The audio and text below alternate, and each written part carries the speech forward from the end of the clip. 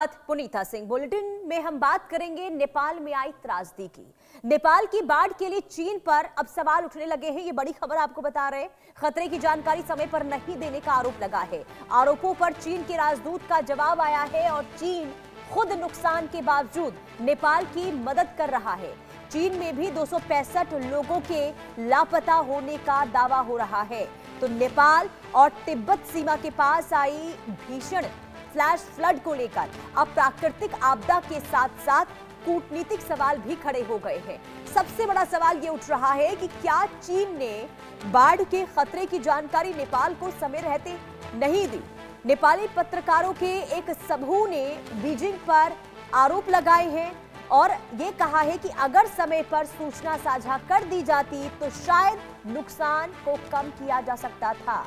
अब इन आरोपों के बीच नेपाल में चीन के राजदूत झांग माओमिंग ने सामने आकर चीन का पक्ष रखा है। चीनी राजदूत ने गेरोंग रसुवागढ़ी सीमा क्षेत्र में आई प्राकृतिक आपदा पर दुख जताते हुए ये कहा है कि इस त्रासदी में चीन और नेपाल दोनों तरफ बड़ी संख्या में लोगों की जान गई है, भारी नुकसान हुआ है। उन्होंने मृतकों के परिवारों के प्रति संवेदना व्यक्त की और ये कहा कि मुश्किल वक्त में चीन नेपाल के साथ मजबूती से खड़ा है। अब राजदूत के मुताबिक चीन की तरफ भी इस आपदा से भारी नुकसान हुआ है, लेकिन इसके बावजूद बीजिंग ने नेपाल के लिए आपातकालीन राहत सामग्री और आर्थिक सहायता का तुरंत इंतजाम किया। चीन ने आगे भी नेपाल को हर संभव सहायता देने का भरोसा दिया है। हालांकि बाढ़ के खतरे को लेकर समय पर चेतावनी और दोनों देशों के बीच सूचना साझा करने का सवाल अब भी चर्चा का केंद्र बना हुआ है। इधर गेरोंग रसुवागढ़ी क्षेत्र दोनों देशों के बीच एक महत्वपूर्ण सीमा क्षेत्र है और इसलिए यहां आई आपदा ने आपदा प्रबंधन और सीमा पार सहयोग की व्यवस्था पर भी सवाल खड़े कर दिए हैं। हमारे साथ साबिन शर्मा काठमांडू से लाइव जुड़ चुके हैं। साबिन, सबसे पहले तो क्या हालात है, क्या स्थिति है, इसे लेकर अपडेट बताइए, क्योंकि स्थिति बेहद चिंताजनक नेपाल से सामने आ रही है। अपडेट क्या है? वटकसी बाढ़ से जुड़ी नवीनतम उपलब्ध जानकारी बेहद गंभीर है। 26 अगस्त के रसुआ जिले में नेपाल चीन सीमा के पास वटकसी नदी में अचानक आई बाढ़ ने रसुआ, नुवाकोट, चितवन, गोरखा और धादिङ जिलों में व्यापक तबाही मचाई। ताजा रिपोर्ट के अनुसार कम से कम 162 लोग को मौत हो चुकी है, जबकि सैकड़ों लोग अब भी लापता है। बाढ़ के कारण 579 पर्यटक संपर्क से बाहर हो गए। संपर्क से बाहर पर्यटकों में 113 नेपाली और 466 विदेशी नागरिक शामिल हैं। कुल मिलकर 826 लोग संपर्क से बाहर है।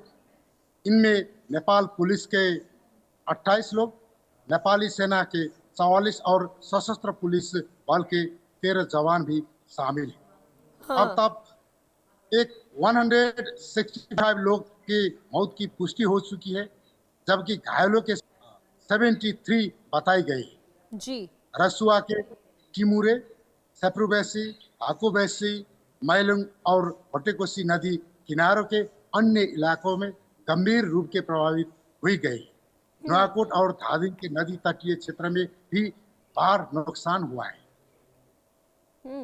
लेकिन साबिन, ये बताइए, क्योंकि सबसे बड़ी चुनौती इस वक्त वहां पर ये है कि जो लोग जिनके बारे में कोई भी जानकारी नहीं मिल पा रही है, जिनसे कोई कनेक्शन नहीं बन पा रहा है, जो लोग लापता हैं, उनकी तलाश को लेकर इस वक्त क्या कदम उठाए जा रहे हैं? अभी जानकारी मिला है। नेपाल की प्रधानमंत्री बालेन्द्र शाह ने जानकारी दी है कि बाढ़ प्रभावित क्षेत्रों में आवश्यक राहत सामग्री तेजी से पहुंचने के काम जारी है।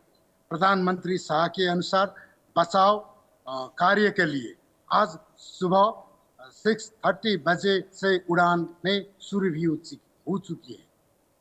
सुबह से तक 15 से अधिक उड़ानों हो चुकी है और अतिरिक्त हेलीकॉप्टर भी उड़ान के लिए तैयार रखा रहे।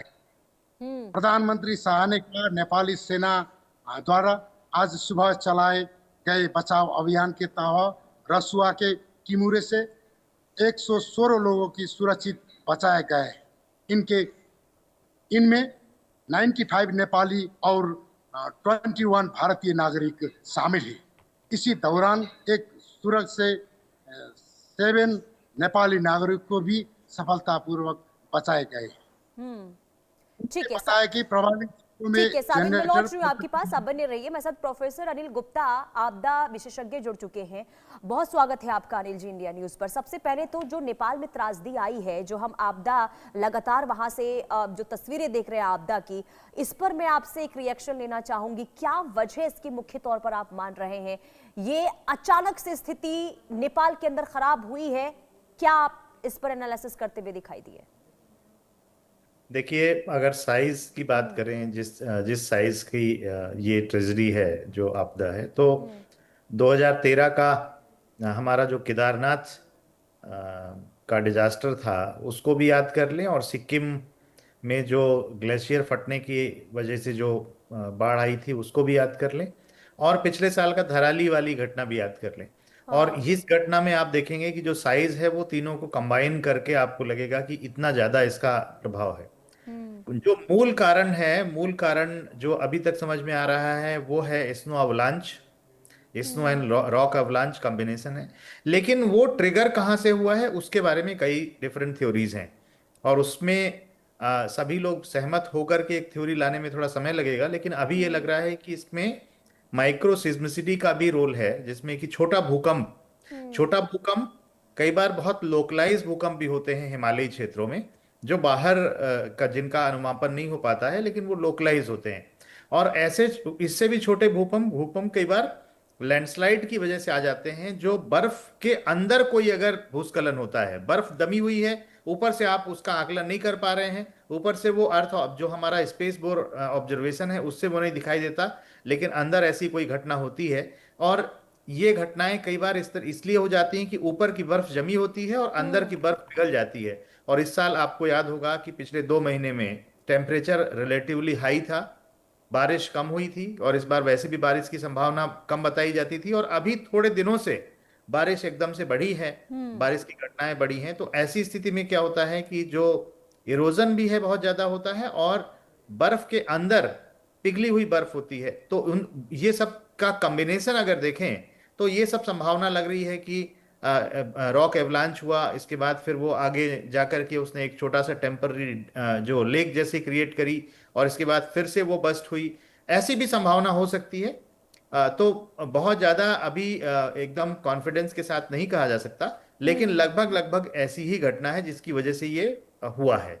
और पुरानी भी अगर हम केसेस को देखते हैं तो लगभग ऐसी ही घटनाएं पहले भी याद आ रही हैं। तपोवन की भी घटना हुई थी, तपोवन पावर प्लांट जिसमें वॉश अवे हो गया था। इसके अंदर आप देखेंगे कि कई पावर प्लांट्स और बहुत क्रिटिकल इंफ्रास्ट्रक्चर का नुकसान हुआ है।